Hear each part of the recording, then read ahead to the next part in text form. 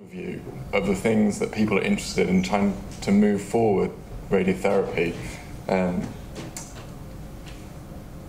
As Mark said, I'm a specialist in head and neck cancer, so my talk has a bias towards that. I'm going to talk briefly about head and neck radiotherapy and its role in curing cancer and in the importance of survivorship and people that are living after their treatment, which is increasing. The role of functional imaging in planning radiotherapy.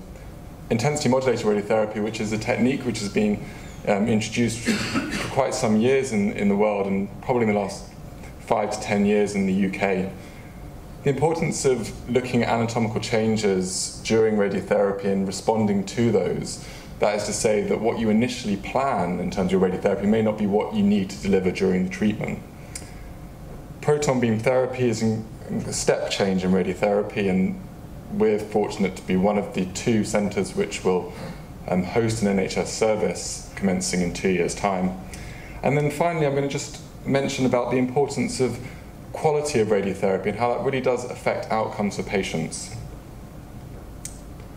So in head and neck cancer, 3/4 of patients receive radiotherapy, be it primary curative radiation or after surgery adjuvant radiotherapy. And we've seen notable improvements in the control of cancers after radiation and translating into overall survival benefits for patients. And just some pictures here just to give you some context. You can see here a floor of mouth tumour which has been treated, and there's some radiation effect here with some mucositis in the floor of mouth, a tonsil cancer which has been treated, and a larynx cancer which has been treated. So radiotherapy really is an important modality in the treatment and cure of head and neck cancer. However, we do know that our treatments have significant side effects, and in up to half of patients who receive contemporary radiotherapy for head and neck cancer, they experience severe, moderate or severe acute and late toxicities, including dryness of the mouth, taste disturbance, and problems with swallowing. And that's related to the radiation doses to the normal tissues, the salivary glands and the swallowing muscles.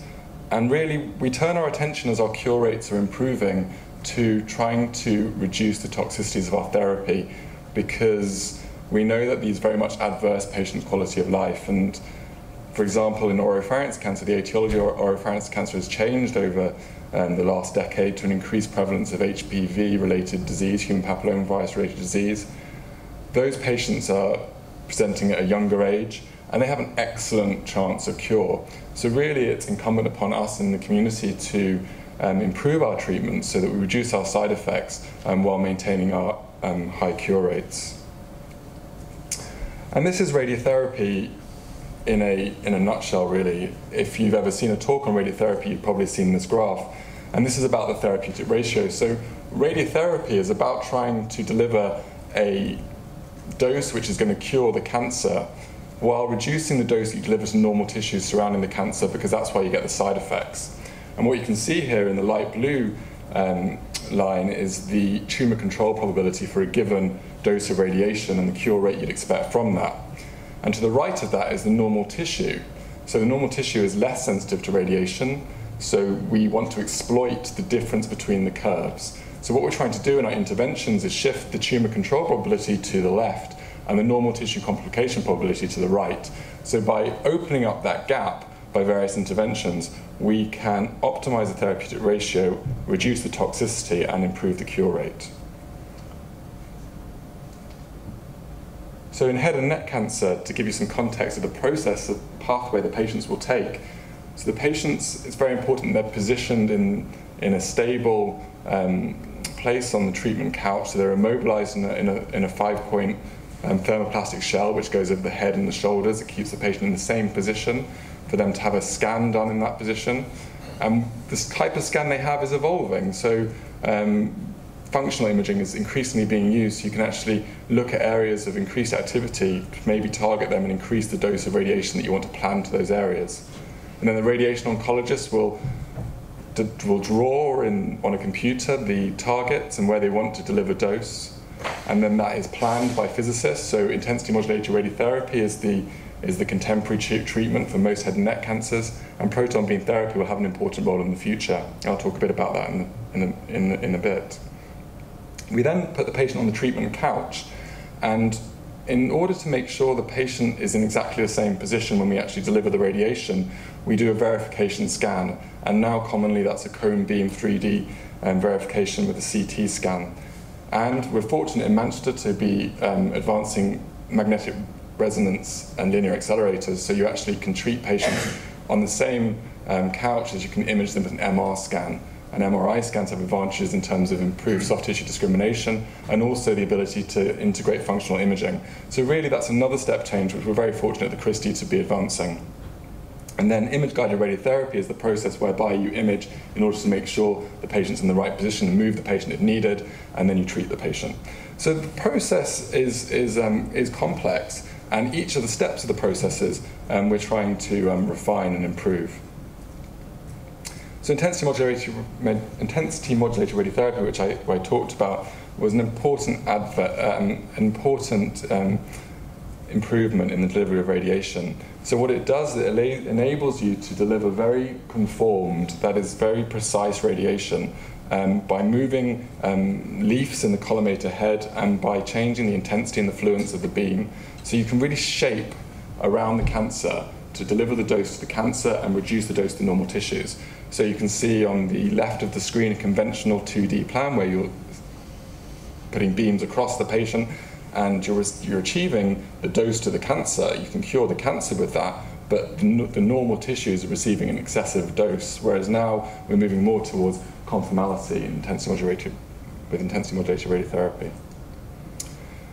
So there's an important UK study which really provides the evidence base for intensity modulated radiotherapy in head and neck cancer from Professor Nutting at the Royal Marsden. And what it showed was that patients with pharyngeal cancers, that's oropharynx and hypopharynx cancers, that were recruited at 6 UK radiotherapy centres in a randomised way, were randomised to conventional radiotherapy techniques or to intensity modulated radiotherapy.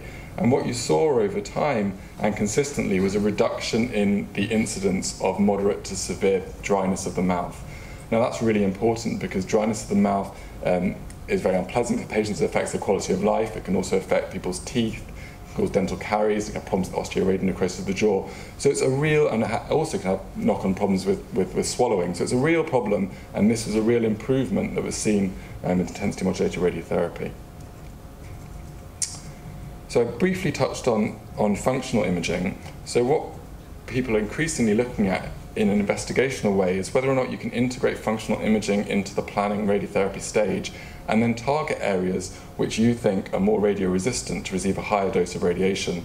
And in the future, with the MR-Linac technology, which I talked about, there will be talk about trying to adapt treatment based on the signal changes that you're actually having during the treatment. So there was a study by Gregoire, which was published in the JCO, which looked at dose escalation painting by numbers determined by the avidity of uptake of the tumour.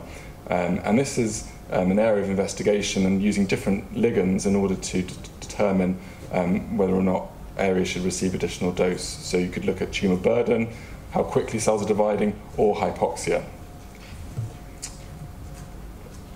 So adaptive radiotherapy is very much in vogue, and it's an important concept. Essentially what it's talking about is that we set the patient up and we plan the radiotherapy treatment, but then during the treatment there may well be anatomical changes in terms of, for example, in the head and neck, you might have weight loss of the patient, or indeed when the tumour shrinks there can be anatomical changes because of that. And what it's trying to do is to work out whether or not, because of those anatomical changes or because of the response of the tumour, you should actually be changing the way that you deliver radiation during the treatment and not just delivering what you set out to at the start.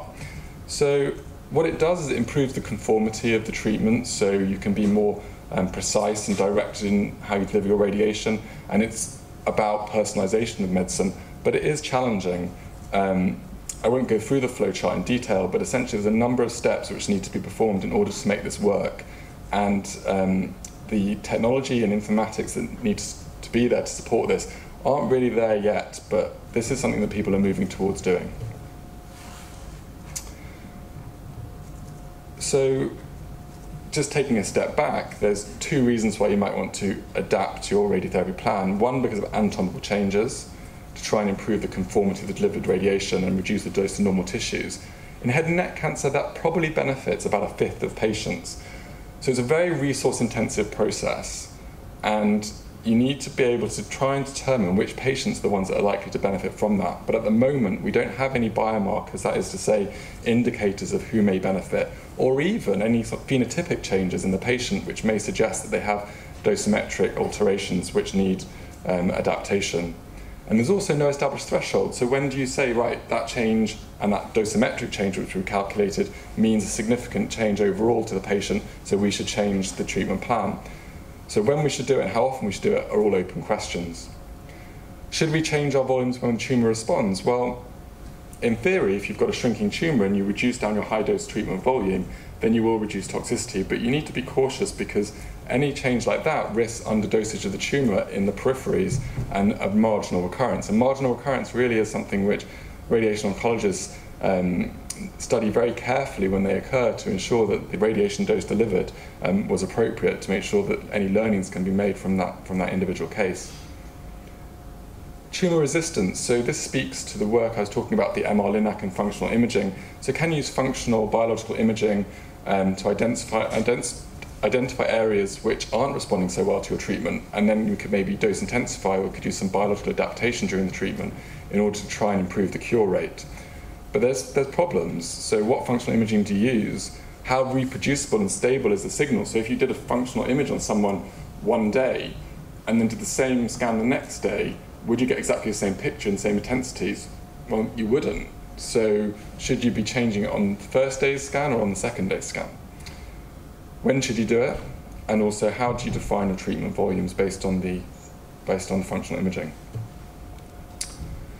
So protons, we're very fortunate in Manchester, as I said, to be a host of the NHS service. And there's going to be one centre in Manchester and one in UCL.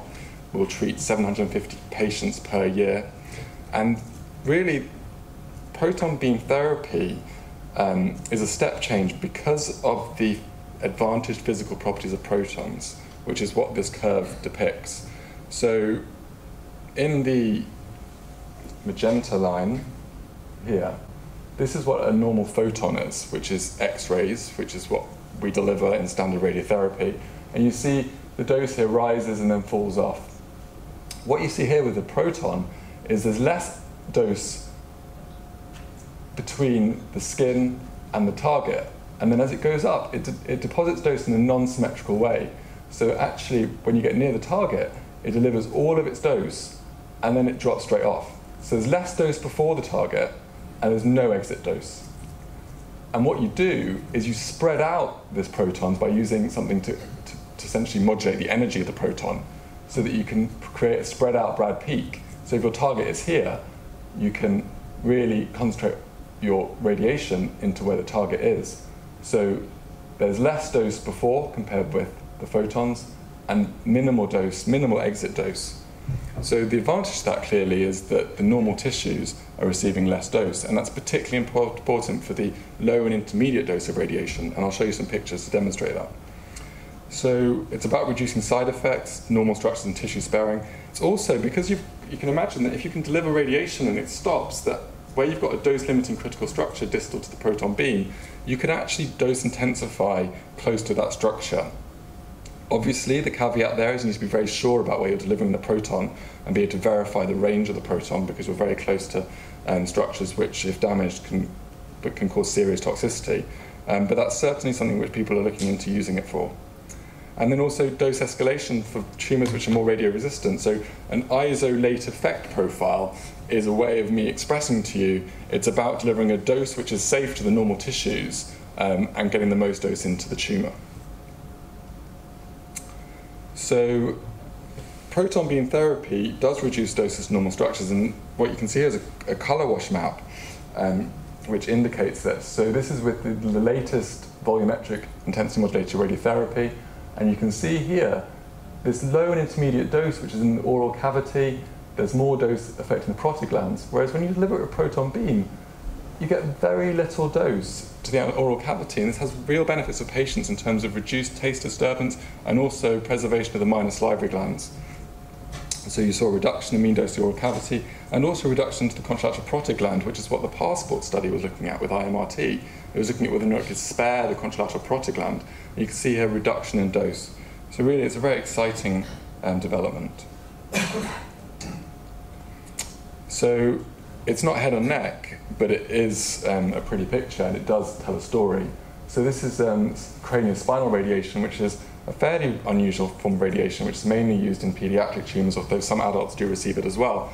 You can imagine you're delivering the beams posterior to the patient, and what you can see here with protons is the delivery of the beam, and then it stops. So there's no dose to any of the retroperitoneum or the posterior part of the thorax.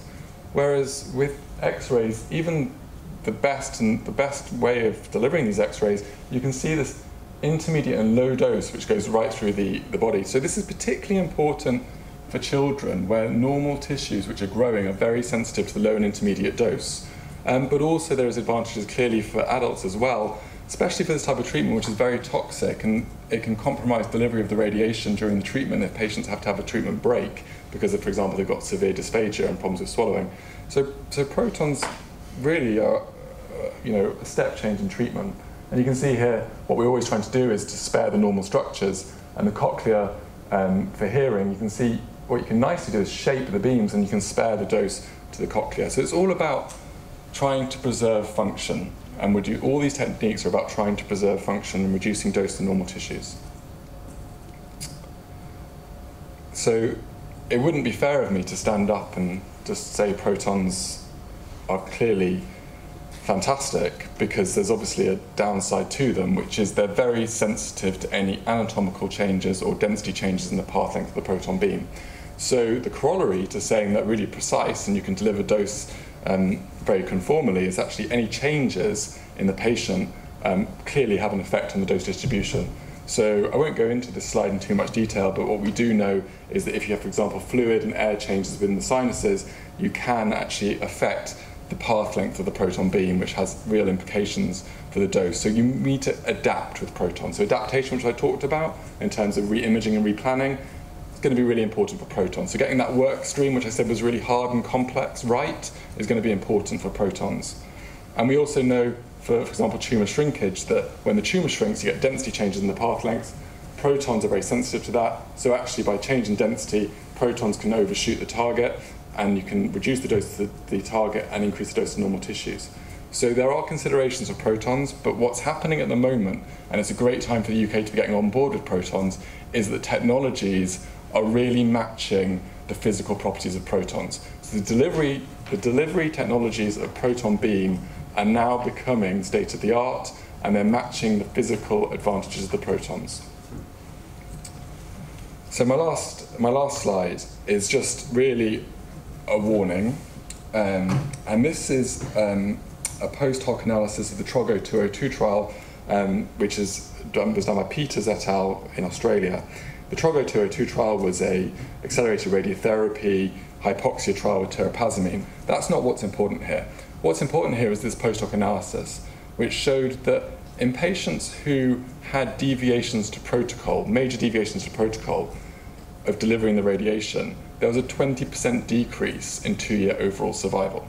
So that means that in patients who had poor radiation target delineation by their clinical oncologist, they had the wrong doses prescribed, they had poor treatment planning, or they had gaps during their treatment, so the patient's treatment was interrupted, that had a major impact on survival. So all these advances that we talk about, we've always got to take it back and say we need to do the basics really well, because otherwise we will not see any of the benefit of the improvements in techniques or technologies or adding drugs to the treatment.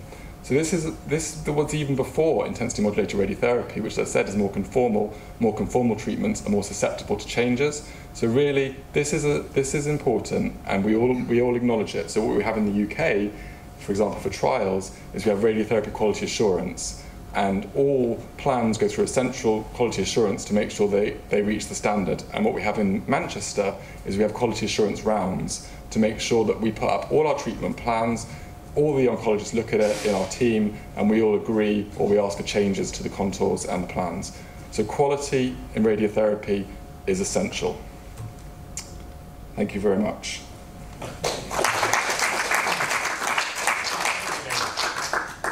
We've got a single question for David at all? Yeah. Did we know much about whether elderly tissue responds differently to conventional doses of radiotherapy? I ask that I'm a geriatrician, and often my role is to be discussing with the MT when not to treat elderly patients, but even the ones, the robust ones who I prefer, my impression is they get horrendous morbidity after, especially after radiotherapy. Most recently, a Thomson cancer who got all the complications you described.